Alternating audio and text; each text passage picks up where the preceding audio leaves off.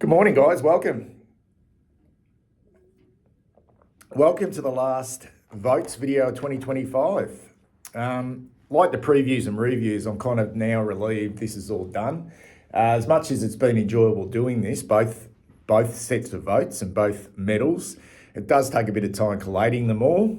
And these sophisticated graphics that I present to you guys are just, mind-blowing. But yeah, like it does take some time, and it's good to have it now finalised and finished. It will be, at this stage, it will be back again in 2026. Whether we go with the My Blue Hell medal again next year is up for conversation. Let us know in the comments. Should we keep going with it? Is it in bad taste? We're hoping, like hell, we have a better year next year from a performance point of view, which makes this medal really difficult. But let us know. It only came about because how poorly we started the year.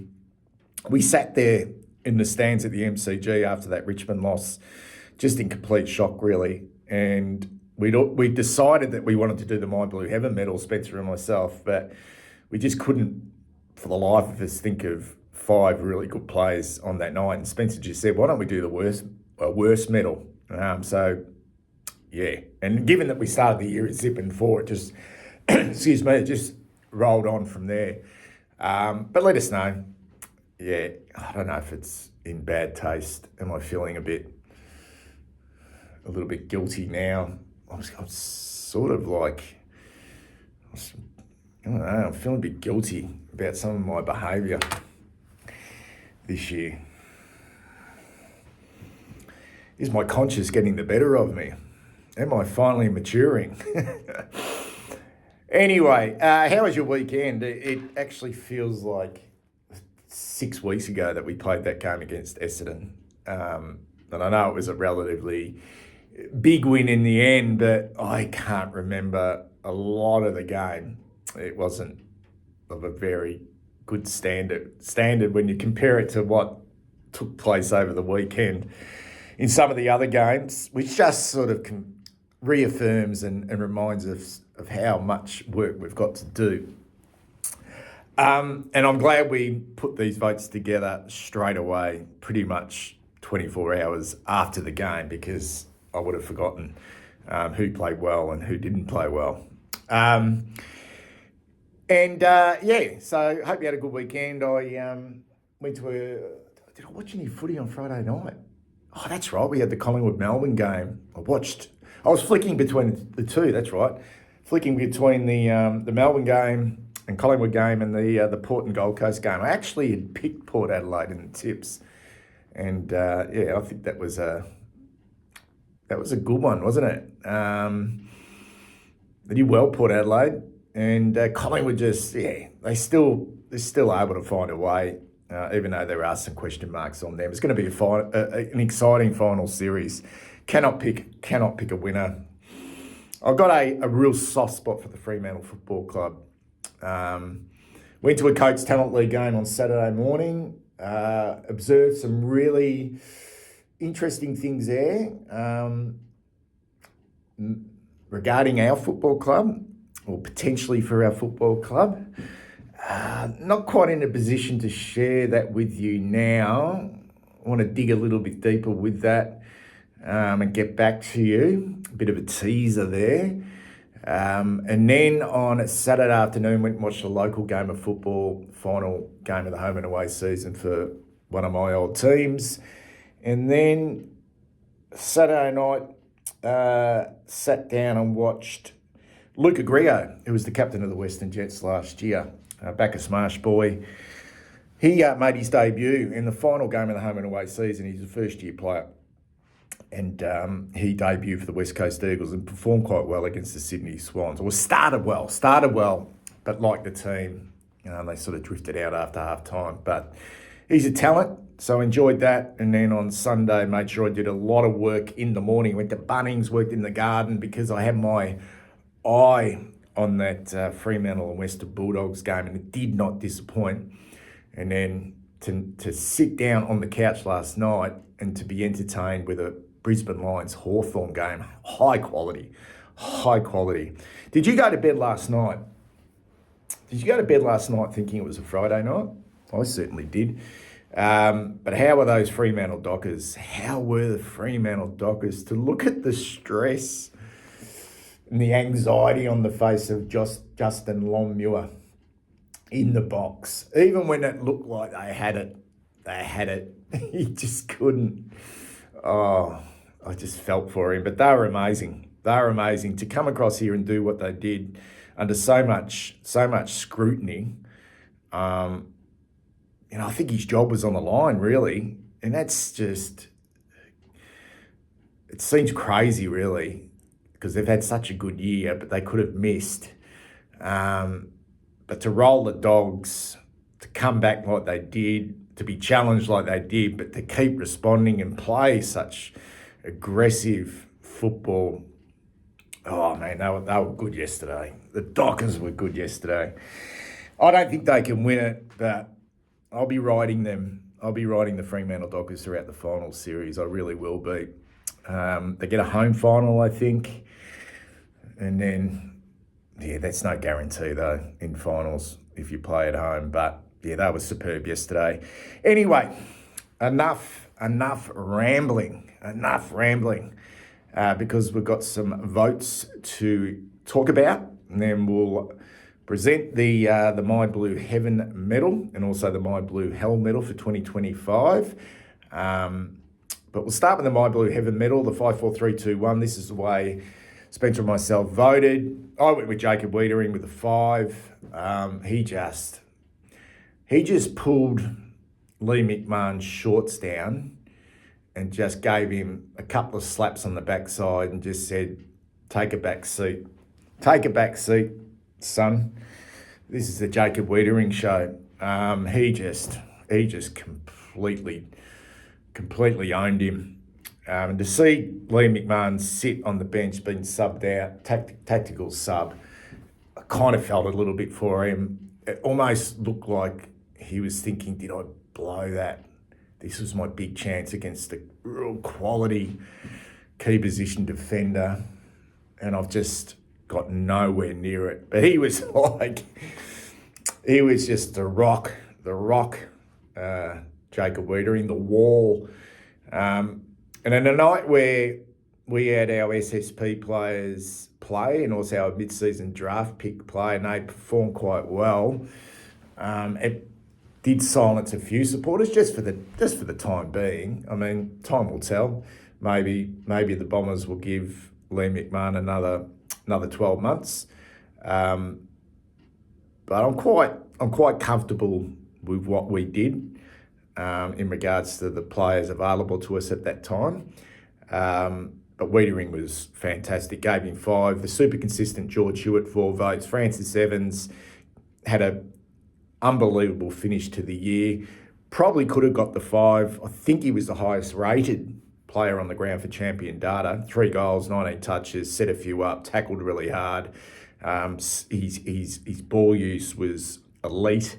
Flynn Young had his best game. It was good to see him build on the week before, get the tempo of the game. I mean, it wasn't the best opposition, I understand that, but you can only imagine the narrative around Flynn Young if he hadn't performed in the last 2 games. So does he get a contract next year? I think he will. He only signed that 6-month contract as a mid-season draft pick, but pretty sure he'll get an opportunity to come back next year for another year.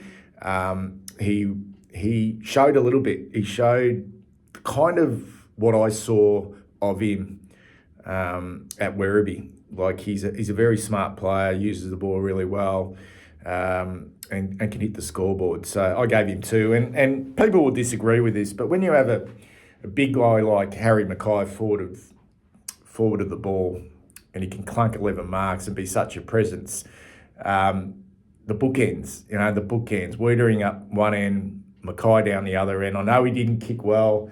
Probably should have kicked 4 or 5. I know he didn't beat much, but he pushed up the ground, and couple of other players were unlucky not to get the one vote, but I gave Harry 1, Spencer Wynne-Evans, Flynn Young.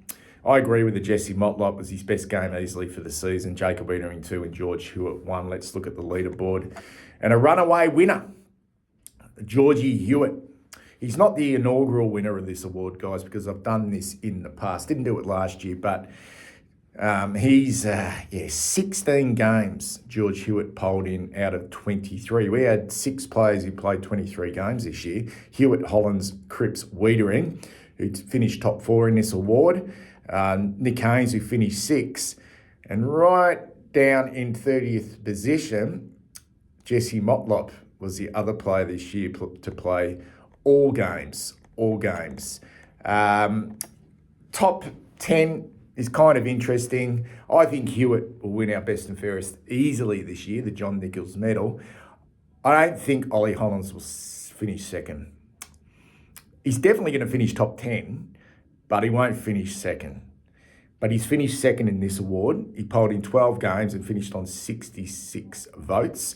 Patrick Cripps in 3rd position. He polled in 11 games and finished on 64. And then there was a bit of a gap. In fact, it was a big gap to 4th position. Jacob Wietering. Weeders will probably finish in the top 3 in the best and fairest. That's my gut feel. Polled in 8 games in this award, 44 votes. Chera, we didn't see him for the last 3 or 4 games. Polled 41 votes in 9 games. Nick Haynes, who started the season really poorly, had a consistent year, ended up being pushed up onto the wing in the last 2 games, 35 votes. Tom DeConning, who started like a house on fire, he finished in 7th position on 34 votes. Harry, who only played 12 games, finished 8th on 31. Jack Silvani, who played some fine football at the start of the year or even into the mid part of the year before he got injured, 9th position. And Cooper Lord, good to see him hang on, considering he didn't play in the last game of the year, on 24 votes. Top 10 finish. Sam Walsh, very unlucky. Only played the 14 games and was subbed out on Thursday night when it looked like he was probably going to feature in the votes, and he would have gone past Cooper Lord and probably Jack Silvani as well. Mitch McGovern in 12th position. Zach Williams in 13th position. Who will be? Like, you look at Mitch McGovern there, will he be at our club in 2026? Not quite sure. We know Jack Silvani, we know Tom DeConning most definitely won't be at the club in 2026. So there's a lot of uncertainty about all these players, in fact, as we go into the pre-season, the draft period, the trade period, all that type of stuff. Just scrolling down there, guys, having a look at the leaderboard for the My Blue Heaven medal. But congratulations to George Hewitt, who's the 2025 winner of the My Blue Heaven medal. Okay, let's go to the worst votes. The My Blue Hell medal, the 5, 4, 3, 2, 1. We'll put those up now for you to have a look at. This is the way Spencer and myself voted. I went with Will White, did not take his opportunities. Very unlucky in that. Was it the 3rd quarter when he took that really good mark in the goal scorer and they gave a free kick to the Carlton player instead? I think in those situations, you've got to pay the mark. You just got to pay the mark. Would have he escaped the 5 votes if he'd gone back and kicked that goal? Probably. He just, unfortunately, didn't take his opportunities. Came into the team, didn't fill his boots up. I'm not saying his effort and energy wasn't there, but I gave him 5. Gave Corey Durden, won a bit of the ball, but I didn't think he uses it that well. Gave him 4. Lewis Young, not convincing down back. Tom DeConning, beaten. It was a close-ish tussle, but I just thought he was beaten by a 38-year-old. He's beaten by a 38-year-old in Todd Goldstein. And Hudson O'Keefe, Hutto, what are they calling him? Hock, gave him 1 vote. Did some nice things, kicked a goal, took a mark here or there, but I gave him the 1 vote. Spencer went Lewis Young, Will White, Hudson O'Keefe, Adam Sard. I can't remember his game, guys. I know they were raving on about how good he was on the TV. Anyway, and he gave Tom de Koning one as well. Anyway, let's look at the leaderboard. And we have an inaugural winner for this award, and it is Jesse Motlop. Played 23 games, polled in 10 games. Hasn't polled in, I don't think he's polled for a while. Oh, yes, he did. He polled last week, that's right. 64 votes. Lockie Fogarty, who didn't play on Thursday night, 51 votes in second spot. Will White, third. Jeez, have a look at that. Will White in third position. There's sort of kind of three small forwards make up the top three. Blake Acres in fourth position. Charlie Kernay, fifth. Wiedering, sixth. Adam Sard, Tom de Koning, Lewis Young, and Mitch McGovern round out the top 10 in the My Blue Helm medal for 2025. Anyway, guys, that's enough. That is enough of the votes for this year. Anyway, we'll be back maybe later on in the week, maybe, with some more content regarding the Carlton Football Club. Anyway, take care.